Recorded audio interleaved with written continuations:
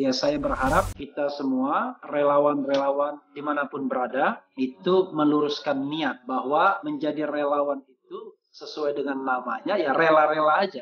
Tapi walaupun kita rela-rela aja, tentu kita ingin yang terbaik buat Indonesia. Karena itu walaupun relawan ya kita harus milih-milih juga siapa yang bakal didukung ya. Dan mudah-mudahan kita doakan Anies Baswedan itu bisa dicalonkan sebagai calon presiden Republik Indonesia. Saya mengatakan memang politik kita politik sontoloyo ya, frankly speaking. Kenapa begitu? Bayangkan 13 bulan lagi menjelang pemilu atau berapa bulan, kira-kira 8 bulan lagi menjelang pendaftaran, karena pendaftaran itu September, itu kita diajak berteka-teki siapa sesungguhnya yang menjadi calon presiden Republik Indonesia untuk masa jabatan 2024-2029. Tapi pada tahun 2019 yang dihadapi adalah incumbent yang memiliki kekuatan state apparatus. Dan itulah yang dikeluhkan ketika sidang di Mahkamah Konstitusi oleh tim hukum Prabowo Subianto bahwa ada keterlibatan state apparatus, ya, keterlibatan macam-macam. Yang paling lucu BUMN. Dulu tagline dia sebelum pemilu, BUMN hadir untuk negeri. Tapi begitu dia menjadi nomor satu, waktu itu incumbent, calon nomor satu, BUMN satukan negeri.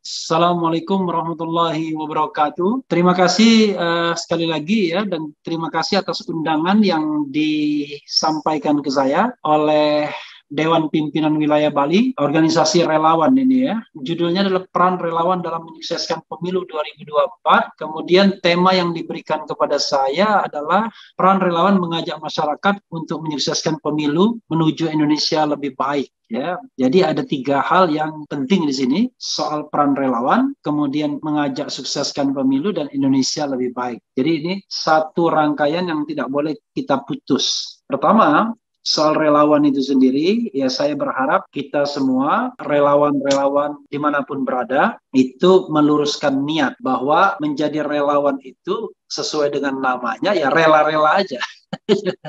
Tapi walaupun kita rela-rela aja, tentu kita ingin yang terbaik buat Indonesia. Karena itu walaupun relawan, ya kita harus milih-milih juga siapa yang bakal didukung ya. Dan mudah-mudahan kita doakan Anies Baswedan itu bisa dicalonkan sebagai calon presiden Republik Indonesia, karena sekali lagi harus ada yang namanya threshold 20%. Saya mengatakan memang politik kita politik sontoloyo ya, frankly speaking. Kenapa begitu? Bayangkan 13 bulan lagi menjelang pemilu atau berapa bulan, kira-kira 8 bulan lagi menjelang pendaftaran, karena pendaftaran itu September, itu kita diajak berteka-teki siapa sesungguhnya yang menjadi calon presiden Republik Indonesia untuk masa jabatan 2024-2029.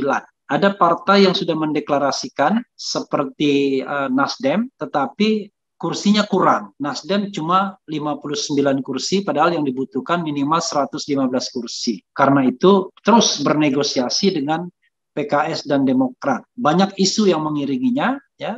Ada yang bilang mau Demokrat mau dibajak, kalau tidak AHY jadi wapres. PKS juga mau dibajak ya dengan mahar politik dan lain sebagainya.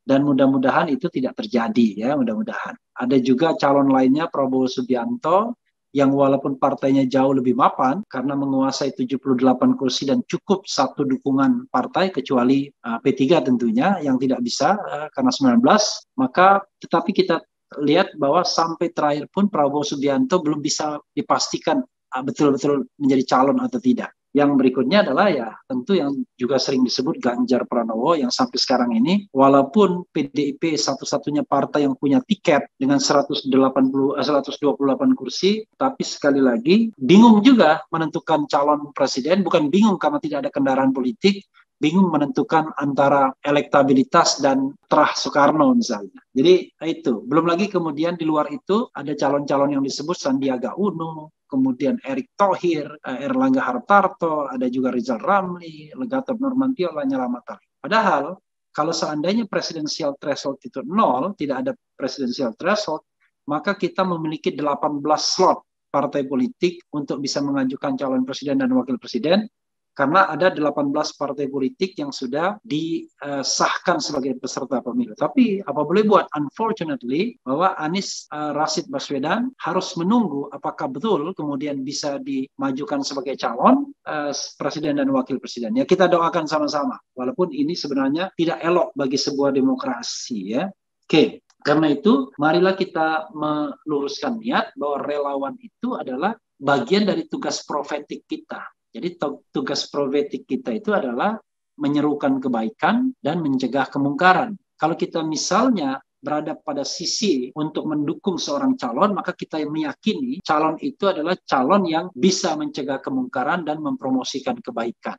Nah, mudah-mudahan keyakinan seperti itulah yang mendorong ibu-ibu dan bapak-bapak sekalian, kawan-kawan semua, untuk berada di sisi relawan Anies Baswedan. Karena kalau tidak, wah gawat ya. Kita tentu tidak menginginkan yang namanya free riders, penunggang-penunggang gelap, penunggang-penunggang bebas dalam kontestasi pemilu, seolah-olah menjadi relawan, tapi sesungguhnya justru menggerogoti prinsip-prinsip bernegara yang baik. Saya termasuk orang yang sangat mengkritik ketika relawan Jokowi itu tetap dipertahankan ketika Presiden Jokowi sudah menjadi Presiden Republik Indonesia. How come? Kenapa? Karena fungsi relawan itu adalah untuk kontestasi, untuk pemilihan. Begitu yang disupport, yang didukung sudah terpilih, maka sesungguhnya he is the President of Republic of Indonesia. He becomes the President of Republic of Indonesia. Jadi dia menjadi Presiden Republik Indonesia, Presiden bagi kita semua, bukan Presiden para relawan. Oleh karena itulah, maka sesungguhnya begitu Jokowi sudah menjadi Presiden, harusnya relawan dibubarkan. Apalagi relawan untuk periode ketiga itu aneh bin ajaib. Buat apa lagi? Karena kan konstitusi sudah menutup pintu bagi nominasi untuk periode ketiga. Jadi what for? Buat apa? Ada relawan Jokowi. Dan akhirnya justru menjebak demokrasi kita karena relawan Jokowi akhirnya seperti warisan yang bisa dilimpahkan kepada calon lainnya, putra mahkota lainnya. Dan ini justru tidak baik bagi seorang presiden karena prinsip netralitas yang harusnya dia tunjukkan itu tercederai. Jadi baiknya seorang presiden itu netral, karena kalau presiden netral, insya Allah pemilu kita akan jauh lebih baik. Barangkali kalau Presiden Jokowi netral, itu tidak akan ada yang namanya keberpihakan misalnya state aparatus, baik sipil maupun militer, keterlibatan BUMN, keterlibatan financial resources, dan state facilities. Kita berharap pemilu itu jujur dan adil. Dan dalam konteks tertentu itulah tantangan bagi Anies Baswedan kalau seandainya nanti berkompetisi. Karena dianggap dia berada pada spektrum yang paling jauh dibandingkan kekuasaan hari ini yang punya potensi untuk menggerakkan segala resources negara. Ya. Jadi saudara sekalian, itu ya. Karena itu saya berharap nanti suatu saat kalau Anies Baswedan sudah menang, maka semua relawan ini bubar semua.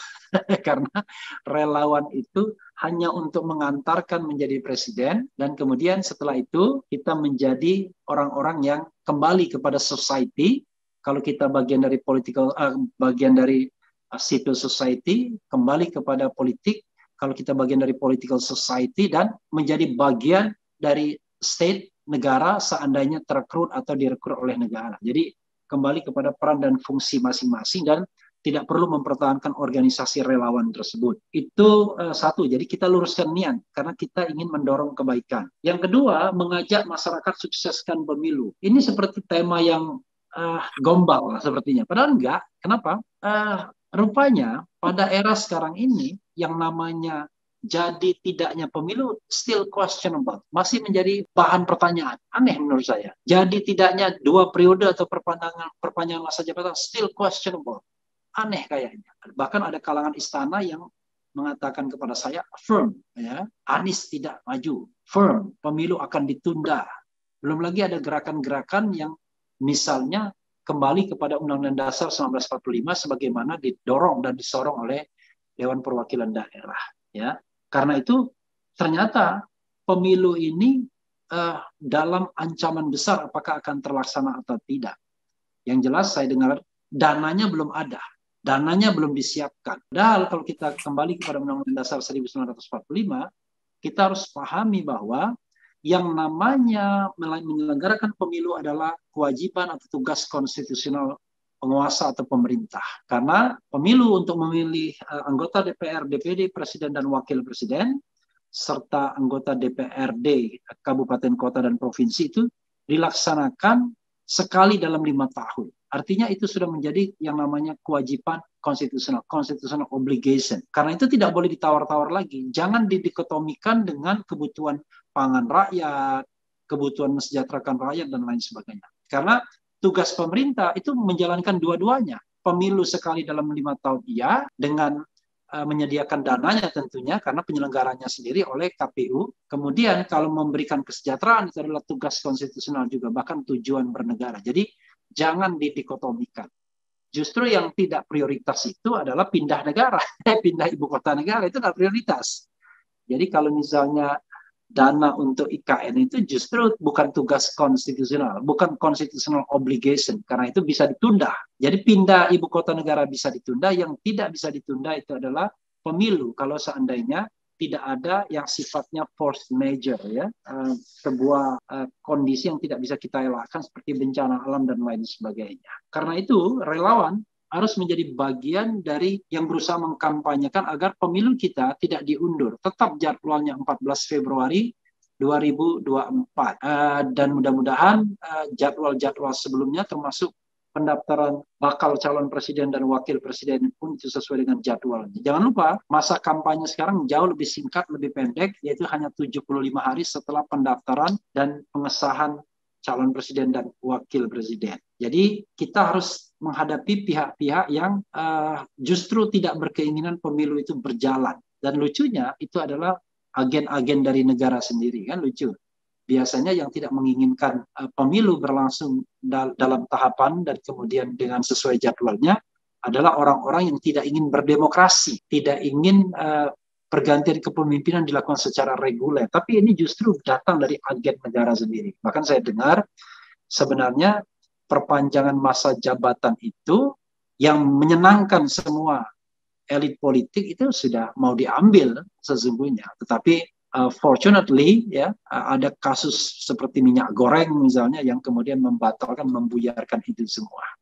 Karena kan dikaitkan dengan kepuasan terhadap pemerintahan. Padahal kalau kita cerita tentang kepuasan terhadap pemerintahan, even saya katakan kepuasan terhadap pemerintahan itu 100%, yang 100% lah, 99,9%, tidak ada alasan untuk memperpanjang masa jabatan menjadi 3 periode. Kenapa? Karena inti dari reformasi, inti dari demokrasi, inti dari perubahan konstitusi itu adalah pembatasan berapa kali seorang bisa dipilih menjadi presiden dan atau wakil presiden. Di Amerika Serikat muncul ini tahun 40-an ketika Franklin Delano Roosevelt itu terpilih untuk keempat kalinya. Dan ketika masa jabatan keempat hanya berapa bulan dia meninggal dan ada perdebatan di masyarakat Amerika Serikat, kemudian muncullah amandemen tentang pembatasan masa jabatan. Di kita ketika reformasi terbit, hal yang pertama dilakukan adalah membatasi berapa kali seorang bisa menjabat, yaitu 2 periode, dan itu dilakukan bahkan sebelum amandemen konstitusi. Amandemen konstitusi itu, ibu-ibu dan bapak-bapak sekalian, itu tahun 1999 pertama kalinya, tapi pembatasan masa jabatan 2 periode itu dicapai melalui TAP MPR tahun 1998. Begitu pentingnya pembatasan jabatan karena seperti yang dikatakan Lord Acton dan umum sekali dikutip orang, power tends to corrupt, absolute power corrupt absolutely. Jadi kekuasaan itu cenderung korup, karena itulah dia harus dibatasi ya. Karena kekuasaan yang absolut, korupnya pasti nggak ketulungan. Jadi mudah-mudahan kita tetap menjadi bagian yang optimis untuk menyukseskan pemilu, walaupun tantangannya tidak kecil karena state budget itu belum tersedia, ya, not provided yet. Padahal aneh, seharusnya tugas utama pemerintah untuk menyediakannya, mengingat tahapan jadwal itu sudah dilakukan. Dan termasuk juga kita harus menghadapi wacana, opini untuk tidak adanya pemilu karena misalnya kembali ke dekret kembali ke Undang-Undang Dasar 45 dan lain sebagainya. Dengan alasan-alasan yang menurut saya kita bisa perdebatkan seperti liberalisasi politik dan lain sebagainya. Seolah-olah kalau pemilihan presiden langsung itu liberal, kalau melalui MPR tidak liberal. Jadi ini menurut saya persepsi yang perlu kita perbincangkan, perlu kita perdebatkan. Ya, tidak ingin mengatakan yang benar dan yang salah, tetapi justru kita harus betul-betul menghadapi wacana ini kalau seandainya ini menguat di masyarakat dalam beberapa bulan ke depan. Tapi for the time being, untuk saat ini, sepertinya yang menguat adalah pelaksanaan pemilu 14 Februari 2024. Partai-partai, terutama the ruling party seperti PDIP, itu sama sekali tidak mengendorse yang namanya penundaan pemilu atau perpanjangan masa jabatan. Dan ini kita harus berterima kasih kepada the ruling party seperti PDIP itu yang justru gencar berhadapan-hadapan dengan kekuatan atau kekuasaan istana. Ini luar biasa, ya. Oke, bagian ketiga, menuju Indonesia lebih baik. Nah, menuju Indonesia lebih baik. Ibu-ibu dan bapak-bapak sekalian, teman-teman sekalian, saya belum pernah punya pengalaman menjadi tim sukses pasangan calon manapun dalam Pilpres. Tidak tahun 1999, tidak 2004, tidak 2009, tidak 2014, dan tidak juga 2019. Tetapi secara publik, saya punya preferensi ketika 2014 Presiden Jokowi. Karena sederhana, pada waktu itu dia newcomer, ya, orang yang dianggap dipersepsi sukses menjadi wali kota di Solo, dan berhadapan dengan ex atau mantan menantu penguasa Orde Baru yang dalam kajian dan keyakinan saya adalah kekuasaan yang otoriter. Jadi saya tidak ingin kita kembali kepada kekuasaan yang otoriter Orde Baru, otoritarianistik. Karena itulah kemudian preferensi saya cenderung ke Presiden Jokowi. Tapi sekedar preferensi saja. Tahun 2019 kita sudah punya catatan terhadap pemerintahan Presiden Jokowi, karena itu saya netral. Saya justru lebih mendorong pemilu yang jujur dan adil. Mendorong pemilu yang tidak melibatkan state aparatus untuk pemenangan. Karena harus kita pahami, 2014 itu pemilu lebih lumayan karena dua-duanya adalah non-incumbent. Jadi, dua-duanya punya potensi untuk dicurangi dan juga punya potensi untuk mencurangi. Tapi pada tahun 2019 yang dihadapi adalah incumbent yang memiliki kekuatan state aparatus. Dan itulah yang dikeluhkan ketika sidang di Mahkamah Konstitusi oleh tim hukum Prabowo Subianto bahwa ada keterlibatan state aparatus, ya, keterlibatan macam-macam. Yang paling lucu BUMN. Dulu tagline dia sebelum pemilu, BUMN hadir untuk negeri. Tapi begitu dia menjadi nomor satu, waktu itu incumbent, calon nomor satu, BUMN satukan negeri. Kira-kira begitu. Jadi ada perubahan tagline itu terkait dengan pemilu. Padahal kalau kita lihat undang-undang pemilu, itu justru yang namanya insan-insan BUMN tidak boleh terlibat dalam pemenangan atau dalam tim kampanye. Itu Undang-Undang 7 2017. Tapi justru terbalik pada pemerintah sekarang ini. Yang tidak terlibat, yang netral, justru tidak akan dilanjutkan, ya kan? Yang terlibat, yang pro justru dilanjutkan. Makanya saya mengapresiasi Ges Khalifa yang mengundurkan diri sebagai komisaris BUMD. Karena kalau dia nanti terjun untuk berkampanye bagi Anies Baswedan, maka memang tidak boleh insan-insan atau pengurus BUMN dan BUMD itu ikut dalam kampanye memenangkan pasangan calon. Seperti juga kepala desa nggak boleh, karena undang-undang melarang kepala desa untuk berkampanye bagi pemenangan. Padahal sekarang kepala desa sedang bernegosiasi dengan kekuasaan agar mendapatkan 9 tahun. Ya. Nah, evaluasi saya sering mengevaluasi dari 4 hal, karena saya merasa itu bidang saya, yaitu konstitusi, demokrasi, pemberantasan korupsi, dan hak asasi manusia atau hak asasi. Saya melihat keempat tersebut pemerintahan ini gagal. Pemerintahan ini banyak catatannya. Dalam bidang misalnya konstitusi, saya menganggap bahwa pemerintahan ini tidak menjunjung konstitusi, tidak menegakkan konstitusi, antara lain aturan mengenai presidensial threshold. Menurut saya jelas sekali kalau presiden mau pemilu itu menjadi lebih fair, ada a fair competition.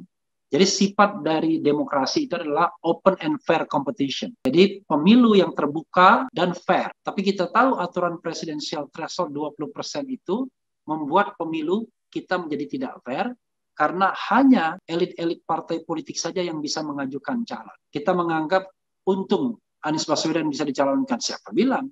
Tidak ada di sini yang bisa menjamin bahwa Anies pasti dicalonkan 100%. Beda halnya kalau presidensial threshold tidak ada, dengan dukungan Nasdem, it is more than enough. Karena cukup kursi partai politik, cukup partai politik itu menjadi peserta pemilu, maka dia bisa mengajukan calon seandainya presidensial threshold 0.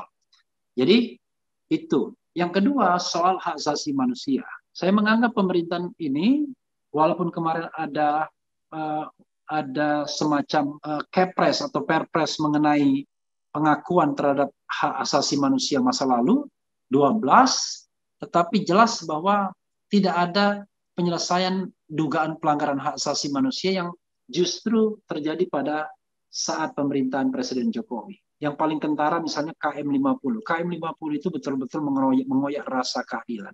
How come, bagaimana mungkin ada 6 orang yang meninggal dan itu diduga disiksa, dibunuh, seperti yang dikatakan tim TP3 ya. Tetapi sama sekali tidak ada proses pengadilan yang adequate, yang memadai, bahkan 1 hari pun tak ada yang ditahan. Padahal ini adalah kasus pembunuhan. Itu dalam hak asasi manusia, untuk mengambil satu contoh saja. Dalam hal yang terkait dengan misalnya demokrasi kita itu bukan bertambah, tumbuh, flourish, berkembang, tetapi justru regresif. Ada kemunduran demokrasi, karena itu tidak heran Freedom House sudah meletakkan kita, menempatkan kita sejak tahun 2016, yaitu sebagai negara yang separuh bebas, ya. Jadi Freedom House kemudian menempatkan kita sebagai negara, bukan lagi negara bebas, tapi cuma partly free, negara separuh bebas. Padahal demokrasi dan konstitusi yang kita tegakkan dan kita perjuangkan itu justru yang menjadi raison d'être kenapa reformasi terjadi. Alasan utama kita melakukan reformasi tahun 1998. Tapi kalau kemudian demokrasi kita regresif, kemudian konstitusi kita tidak dihargai setelah perubahan konstitusi, kemudian hak asasi manusia kita kemudian tidak dijalankan secara baik, maka orang bertanya, kok pemerintahan negara tidak berjalan pada direction yang lebih baik dan lebih benar. Terakhir misalnya korupsi, ya. Soal korupsi kita tahu bahwa negara kita itu yang namanya IPK-nya, Indeks Persepsi Korupsi atau CPI, Corruption Perception Index, itu paling mentok 40 saja, paling mentok.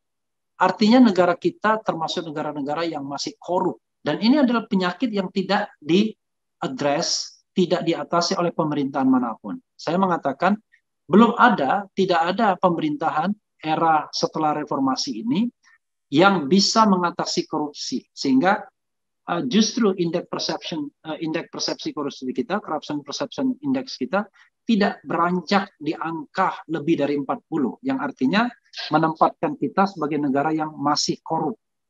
Yang tidak korup itu kalau angkanya 50 ke atas. Nah, berdasarkan 4 kriteria itu, saya mengatakan pemerintahan ini gagal. Karena pemerintahan ini gagal, maka sah rasanya, legitimate rasanya kalau kita kemudian berpikir untuk pemilu itu menghadirkan pemimpin yang barangkali bisa membuat Indonesia jauh lebih baik. Saya dengan bahasa skeptikal mengatakan bahwa pemilu 2024 itu pasti akan menjadi pemilu comberan, yaitu money politiknya banyak, keterlibatan aparat banyak, uang beredar di mana-mana nggak karu-karuan dan lain sebagainya. Ya. Tetapi mudah-mudahan walaupun dia pemilu masih dalam comberan, tapi dia bisa menghasilkan pemimpin yang tercerahkan, unenlightened leader. And then hopefully orang tersebut bernama Anies Rashid Baswedan. Wassalamualaikum warahmatullahi wabarakatuh.